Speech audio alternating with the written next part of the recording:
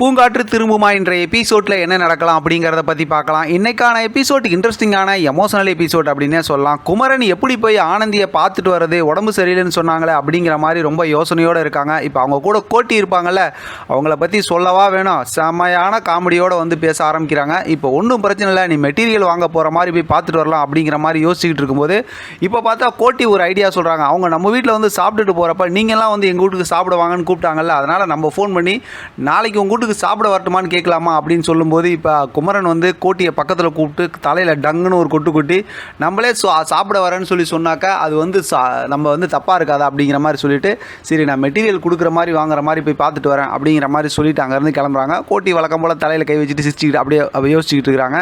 இங்கே பார்த்தோம் அப்படின்னாக்கா ஆனந்திக்கிட்ட குணவதி நம்ம போய் கேட்டுட்டு வந்தாலும் நமக்கு வீராவை பற்றி எந்த தகவலும் கிடைக்கல, நாளைக்கு கோர்ட்டில் என்ன தீர்ப்பு வருமோ தெரியல அப்படின்னு ரொம்ப பயந்து யோசிச்சுக்கிட்டு இருக்காங்க. இப்போ தான் குமரன் வராரு. குமரன் வந்ததுக்கப்புறம் எல்லாம் விசாரிச்சுட்டு அங்கேருந்து ரொம்ப நேரம் பேசுகிறாங்கன்னு வச்சுக்கலாம். பேசிட்டு அங்கேருந்து கிளம்பும்போது பார்த்தோம்னா நீங்கள் ஏதோ ஒரு அதாவது கவலையில் இருக்கீங்க, என்ன ஏதுன்னு விசாரிக்கும் போது இப்போ ஆனந்தி விஷயத்தை சொல்ல வராங்க. டக்குன்னு குணவதி வந்து எனக்கு டிவைஸ் ஆக போகுது, அது விஷயமா கோர்ட்டில் என்னன்னு நாங்கள் பேசுன்னு தெரியல அப்படின்னு சொல்லி அவங்களோட ஹஸ்பண்ட் சம்மந்தமாக இப்போ அதாவது குணவதி வந்து ஆனந்தியோட ஹஸ்பண்ட் அதாவது வீராவை பற்றி அப்படியே சொல்லிடுறாங்க. இப்போ இதெல்லாம் கேட்குற குமரன் வந்து யோசிச்சுட்டு ஒரு ஐடியா சொல்கிறேன்னு சொல்லிட்டு அவன் சரியான சைக்கோவாக இருப்பான், அவனை இந்த மாதிரி பண்ணுங்க அப்படி இப்படின்னு சொல்லிட்டு ஒரு சில விஷயத்தை சொல்லி கொடுக்குறாங்க. ஆனால் அது சைலண்டில் தான் இருக்குது.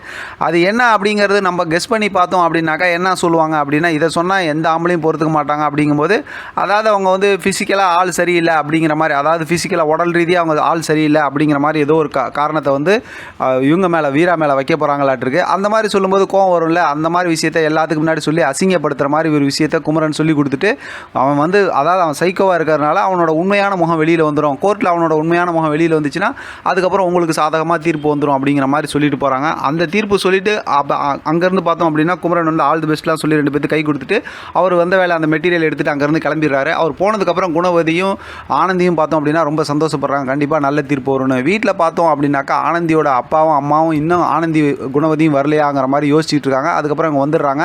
வந்ததுக்கப்புறம் போன காரியம் என்னாச்சு, என்ன விஷயம் ஏதாவது தெரிஞ்சிச்சா என்ன ஏதுன்னு கேட்குறாங்க. இப்போ அவங்க அண்ணியும் அங்கே தான் இருக்கிறாங்க. இப்போ அங்கே பார்த்த விஷயம் கேட்ட விஷயம், அதாவது அங்கே அந்த தோட்டத்தில் வேலை செய்கிற அந்த அண்ணன் இருக்காங்கல்ல, வீராவை பற்றி சொன்னாங்கல்ல, அந்த விஷயம் எல்லாம் மைக்கேலுங்கிற பேரில் தானே சொல்லியிருக்கிறாங்க. அதனால் அந்த விஷயம் எல்லாமே வந்து சொல்லி கேட்டதுமே இவங்க எல்லாருமே அதிர்ச்சி அடைகிறாங்க. அப்படியே கேட்டுட்டு இப்படியெல்லாம் நடந்துச்சா அப்படின்னு. ஏன்னா எந்த விஷயமும் தெரியல, இந்த விஷயத்தை வச்சு எதுவும் பண்ண முடியாதுல்ல. ஆனால் பார்த்தோம் அப்படின்னா அந்த நேரத்தை தான் அவங்க அண்ணன் வராங்க, மனோகர். வந்ததுக்கப்புறம் வழக்கம் போல் அவங்கள்ட்ட எதுவும் சொல்லாமல் இருக்காங்க. ஏன்னா மனோகர் தான் எப்போ பார்த்தாலும் வீராக்கு சப்போர்ட் பண்ணுறாங்க, அதனால் எதுவும் சொல்லல. அப்புறம் மனோகர் அங்கேருந்து கிளம்பி நேராக வீரா கிட்ட போகிறாங்க. வீரா கிட்ட அவங்க வந்து இவங்கெல்லாம் பேசி முடிச்சு சரி நாளைக்கு கோர்ட்டில் பார்த்துக்கலாம் அப்படிங்கிற மாதிரி ஒரு ஐடியா இருக்குது அப்படிங்கிறதோட அப்படியே இருந்துடுறாங்க. அடுத்து பார்த்தோம்னா மனோகர் வீரா இருக்க அந்த ரூமுக்கு போயிட்டு வீரா கிட்ட பேசுகிறாங்க. எல்லாம் பேசி முடிச்சதுக்கப்புறம் நாளைக்கு கோர்ட்டில் உங்களுக்கு சாதகமாக தான் தீர்ப்பு வரும், ஆனால் என் தங்கச்சியை கூட்டிகிட்டு போனதுக்கப்புறம் இந்த கோவத்தெல்லாம் எதுவும் காட்டிடாதீங்க, நல்லா பார்த்துங்க அப்படிங்கிற மாதிரி சொல்கிறாங்க. வீரா வந்து என்ன திடீர்னு உங்கள் தங்கச்சி மேலே பாசம் அப்படின்னு கேட்கும்போது என் தங்கச்சி மேலே எப்பயுமே எனக்கு பாசம் தான், சும்மா ஒரு சில நேரத்தில் அப்படி கோவத்தில் பேசுவேன் அவ்வளோதான் அப்படிங்கிற மாதிரி மனோகர் வந்து ஒரு மாதிரி சென்டிமெண்ட்டாகவும் எமோஷனலாகவும் பேசிட்டு போகிறாங்க. மொத்தத்தில் கதை வந்து வேறு லெவலுக்கு கொண்டு போகிறாங்க அப்படிங்கிறது இன்றைக்கான எபிசோட் பார்க்கும்போது தெரிஞ்சுட்டு இப்போ மனோகர் போனதுக்கப்புறம் வீரா வந்து அவங்களோட உண்மையான முகத்தோட மைண்ட் வாய்ஸில் பேசுகிறாங்க. நான் கூட்டிகிட்டு போகிறதே ஆனந்தியோட கதையை முடித்து ஃபோட்டோ கொடுத்து அதான் அவங்களோட ஃபோட்டோக்கு மாலை போடுறதுக்கு தான், நீ என்கிட்டே வந்து இப்படி பேசுறியா அப்படிங்கிற மாதிரி சொல்கிறாங்க.